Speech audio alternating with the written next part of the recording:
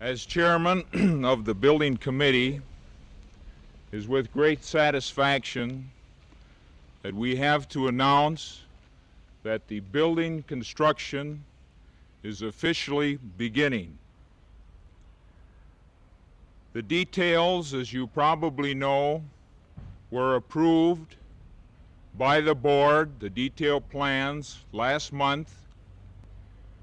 We requested bids on these plans, and we had an official bid opening ceremony on June 2nd, and the contractors were selected at that particular time. The contractors are Carlson Levine, the general contractor is Carlson Levine, the electrical contractor is Parson Electric, and the mechanical contractor is Lucent Plumbing and Heating. We were very glad to announce that we came very close to our goal of a maximum figure of $150,000. We are now culminating many hours of work on the part of many people in the society. And representative of this leadership and work, I would like to acknowledge the 4 vice chairmen of my committee who helped make this successful. Gil Taylor, who headed the Architectural Design Committee, Herb Purdy, who headed the Needs Committee, Earl Backstresser, who headed the Survey Committee, and Walter Stack, who headed the Publicity Committee. Their work guaranteed our success in this area. A little history of what happened up to now. It was almost a year ago, July 11th, that I first met with the executive committee of the board to set up our objectives in trying to meet the needs of our religious education program. The committees were formed, headed by the vice chairman that I just mentioned, and we got to work. We had a goal ahead of us of trying to present a basic proposal to the general membership at the November semi-annual meeting. The basic proposal was accepted by the general membership, and at that time we got in on the details.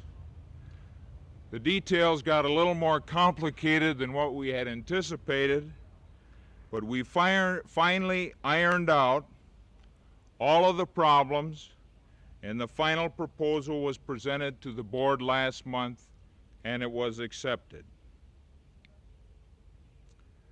This is the second major building program that our senior minister, Carl Storm, has been involved in.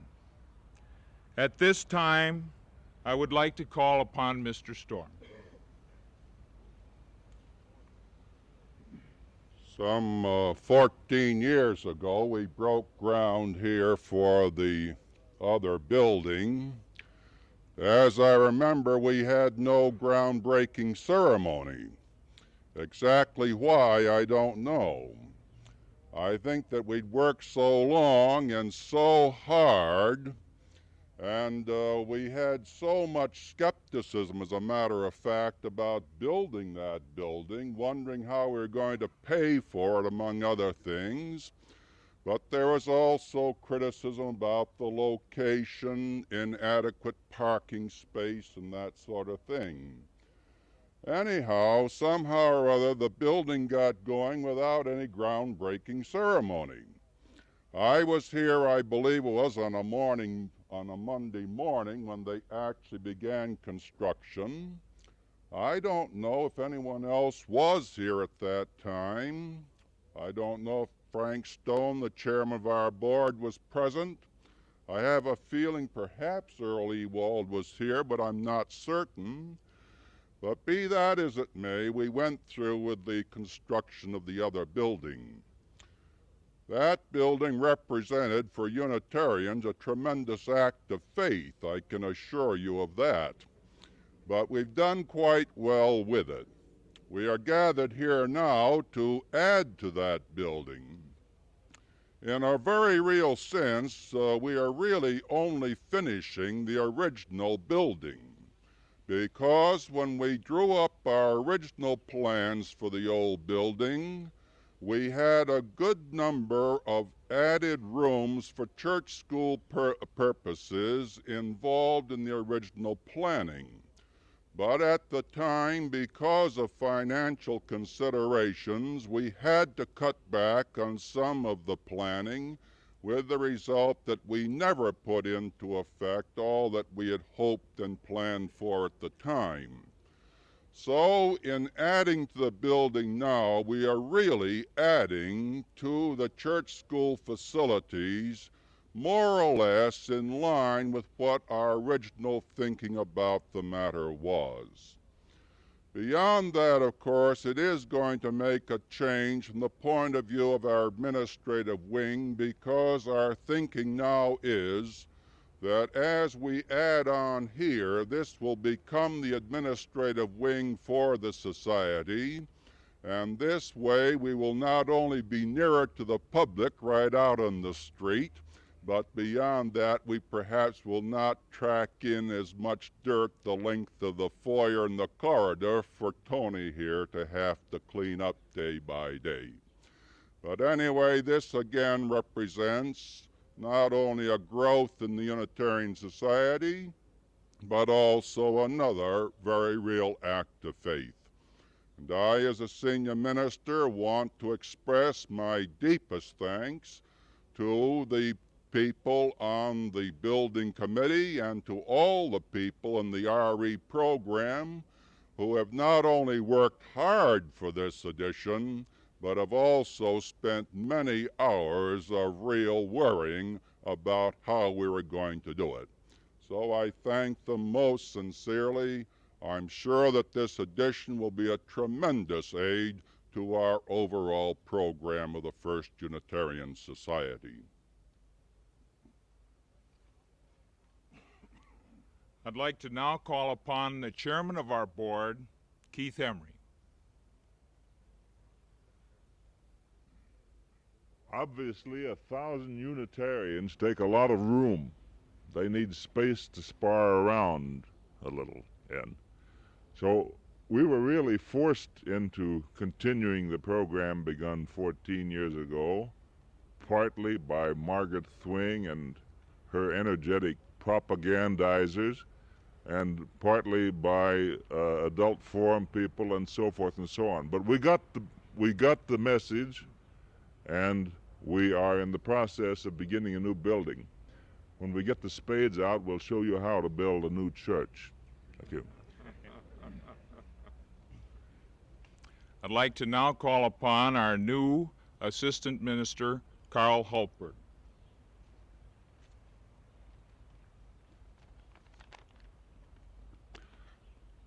This construction of the religious education wing may give a false impression, a thought that this is for one segment of our society rather than for another.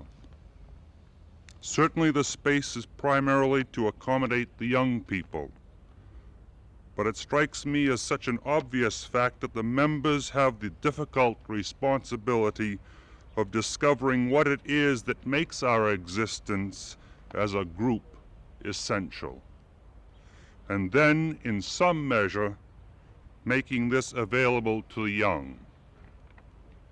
May the breaking of this earth today describe in essence our thinking for tomorrow. Thank you.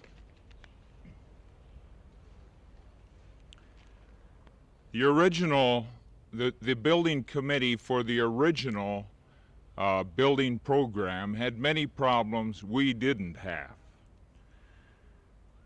We have here today the my counterpart of that particular building committee, the building chairman at that time, Mr. Earl Ewald. And I would like to acknowledge the vision he had in, I feel, getting this program started. And I also want to acknowledge our appreciation for his guidance and his leadership both on the board and to the building committee. Mr. Earl Ewald. Thank you, Walter. Well, it's a real pleasure for me to be here today and take part in this ceremony of beginning the finishing of the church that we started 14 years ago. As Carl has told you, this very clearly was part of the planning, that the auditorium was built for its ultimate size and capacity, but the church school facilities had to be cut in the initial construction because of our limited financial capacity at that time. So that this realistically is a finishing of the project. And I think it's particularly significant that we should be finishing now a full, well-rounded religious education program because of the controversy that's going on at the present time, wherein we Unitarians feel very strongly that the public schools should be kept apart from religion. We also have the courage of our convictions to put our dollars and our efforts on the line to create a religious education program in our own society which is meaningful and which is adequate. Thank you. Our religious education director, Mrs. Dreesen, could not be here today, but representing her and the Religious Education Committee is Mrs. Margaret Thwing, chairman of the Religious Education Committee. My sentiments are so varied this morning that I find it difficult to find just the right words to say at this occasion. But I know I speak for everyone who's actively engaged in the church school program when I say thank you this morning. Thank you to the board and to the building committee and to the congregation.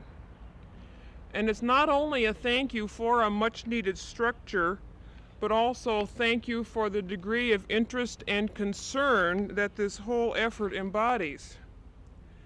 To me, this new building is more than a sign of our growth in size. It's also a tangible tribute to our belief in the value of education. It's a house wherein our children and our adults alike can search and discover in an atmosphere of freedom, where they're unfettered by dogma or by ritual. In some ways, this ceremony this morning seems to be a culmination of our efforts.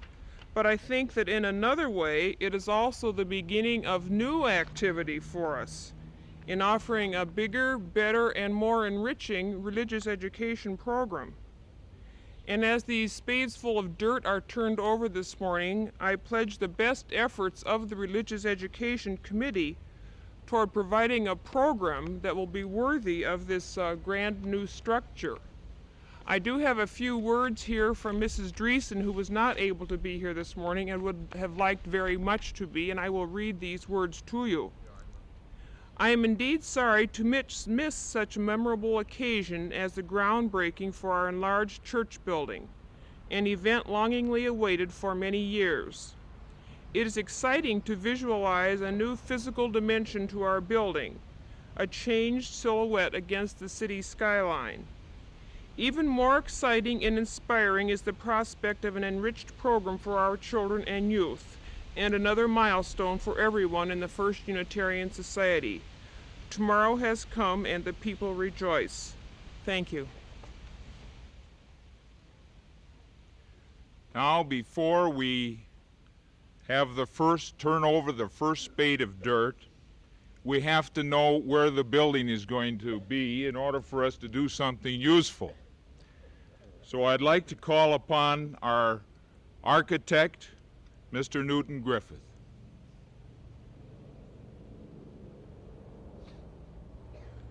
Speaking for myself and my associates, we're very happy to also share in your groundbreaking today. I have the extreme good fortune, I think, of having worked on your original building 14 years ago, so I'm maybe a little older than I look. And I think we're very indebted with all of your board. It's been a real pleasure working with them, and we're looking forward to a successful culmination of the building very quickly, as a matter of fact. It's going to go very fast, so if you're passing by, you better do it almost every day, because you're going to see something happen every day. I should say, too, that they're not present today, but I hope in spirit we should all thank the Minneapolis City Council for giving us the approval to build the building. We hadn't said anything about them, because it was that was one of the many little hurdles that we had to get over.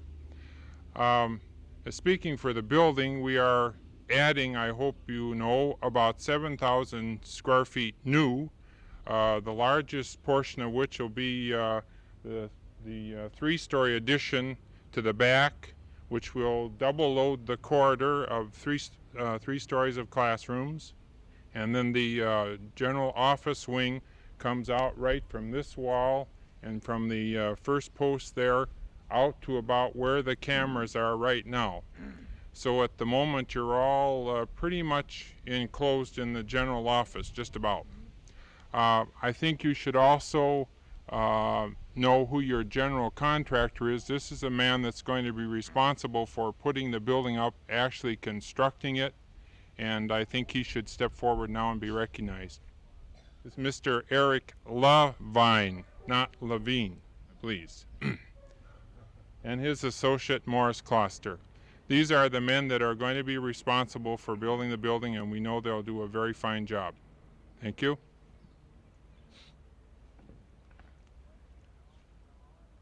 I would like to announce now that the official construction program is now about to begin. And the first shovelful will be taken by Carl Storm. Don't cut the cable.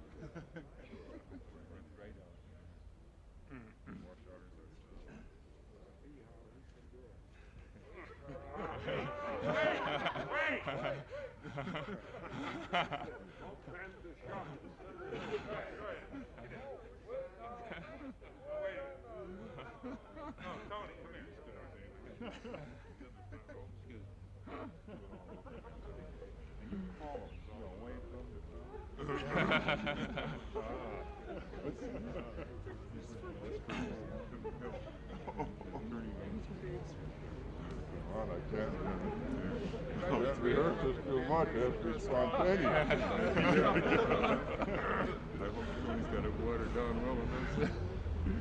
Kill all the spontaneity of Frank. Come on. All right, you ready? Where are you going to stick it in?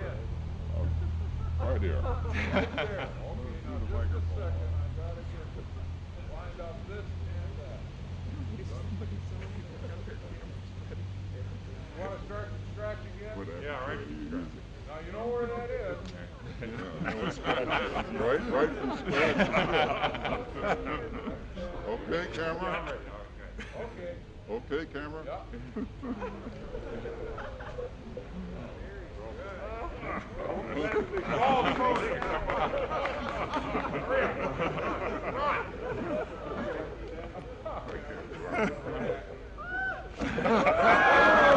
Hey, come on, lift it up. You gotta really get it up. Turn it over. Hey. Well done. An Oscar to you too. Representing the board is our present chairman, Keith Emery, the past chairman, Russ Fraser, and representing the rest of the staff, Carl Halper. It's not that lot tough. Hey, that's No face worms.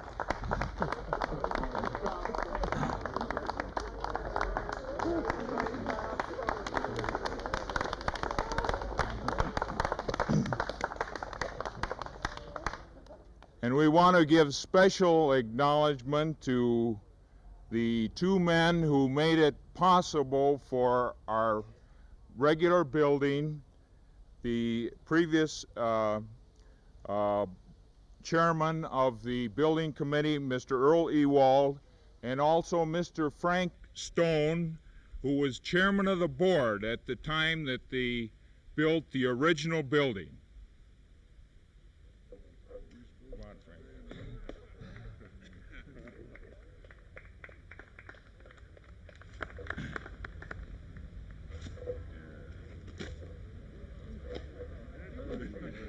You gotta have a bigger one than that, or.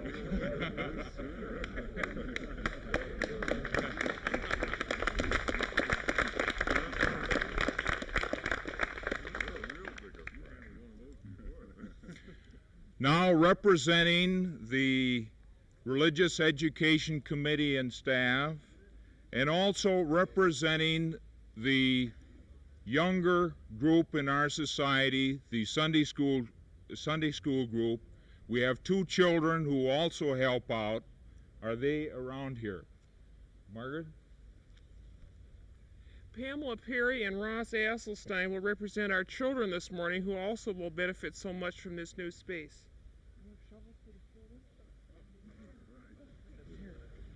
Ross, why don't you come over here and dig in this hole? And Pam, would you like to dig over here? Just take up some dirt. That's real good.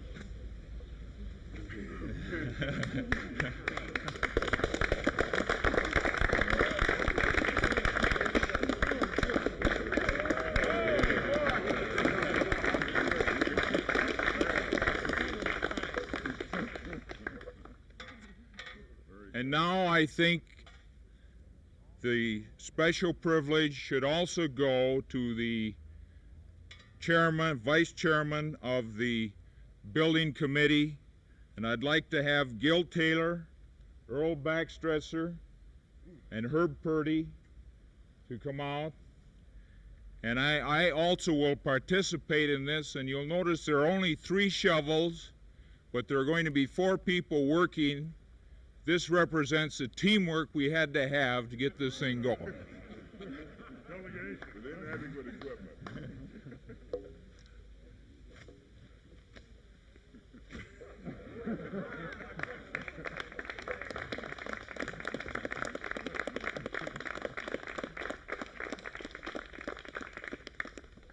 I want to announce that the construction program on the additions to the First Unitarian Society has officially begun. We have worked hard this morning to get this started.